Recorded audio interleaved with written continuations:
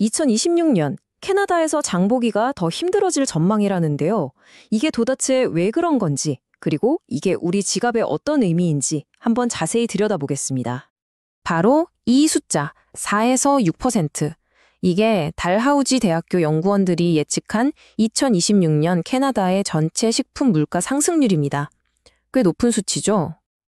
근데 말이죠, 이 모든 물가 상승의 배후에 있는 가장 큰 원인은 대체 뭘까요?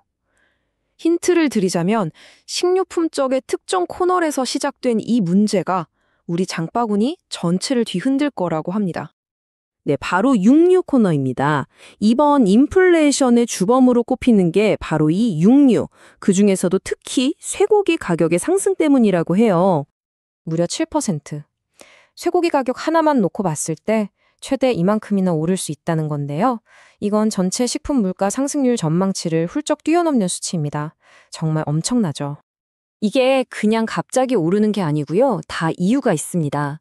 캐나다 소 목축업계가 지금 큰 어려움을 겪고 있거든요.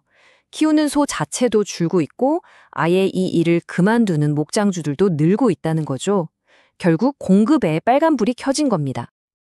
그리고 이게 잠깐 이러고 말 문제가 아니라는 게 더 심각합니다. 아시겠지만 소를 다시 키워서 시장에 내놓기까지는 시간이 꽤 걸리잖아요. 그래서 전문가들은 이런 공급 부족 문제가 적어도 2027년까지는 계속될 거라고 보고 있습니다. 이 보고서를 작성한 달하우지 대학교의 실뱅 샤르부아 교수는 이렇게 말합니다. 쇠고기 가격 때문에 또 한 번 힘든 한 해가 될 것 같습니다.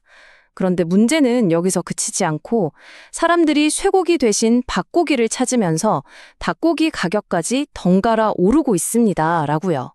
이게 바로 연쇄 반응의 시작이라는 거죠. 자, 그럼 이 연쇄 반응, 이른바 도미노 효과가 어떻게 일어나는지 좀 더 자세히 살펴볼까요? 쇠고기 코너에서 시작된 문제가 어떻게 마트 전체로 퍼져나가는지 말이죠. 보시면 간단합니다. 쇠고기 공급이 줄어서 가격이 오르니까 사람들이 당연히 더 저렴한 닭고기를 찾게 되겠죠? 그럼 어떻게 될까요?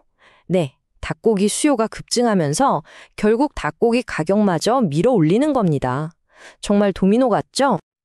그런데 이 파장은 육류 코너에서 끝나지 않습니다. 우리가 보통 물가가 올라도 가격이 잘 안 변해서 인플레이션 피난처라고 생각했던 품목들 있잖아요. 바로 그것마저도 이제는 더는 안전하지 않다는 신호가 오고 있습니다. 예를 들면 통조림 같은 것들이요. 마트 중앙 진열대에 있는 이런 가공식품들은 오랫동안 우리에게 가성비 좋은 선택지였잖아요.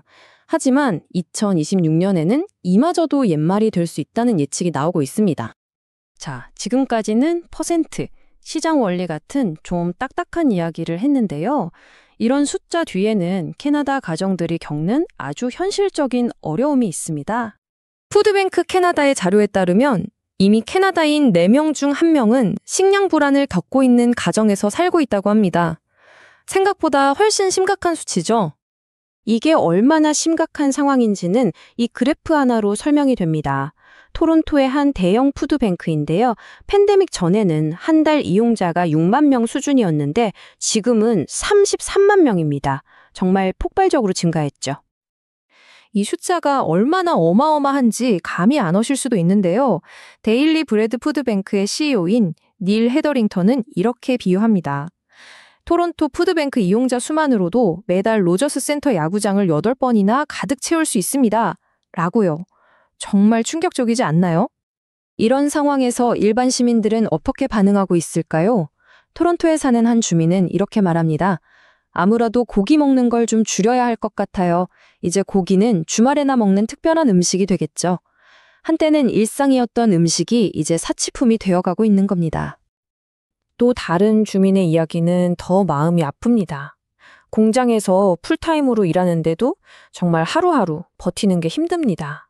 월급 받아서 다음 월급날까지 겨우겨우 살고 있어요. 이분들에게는 이런 물가 상승이 정말 생존의 문제가 되는 거죠.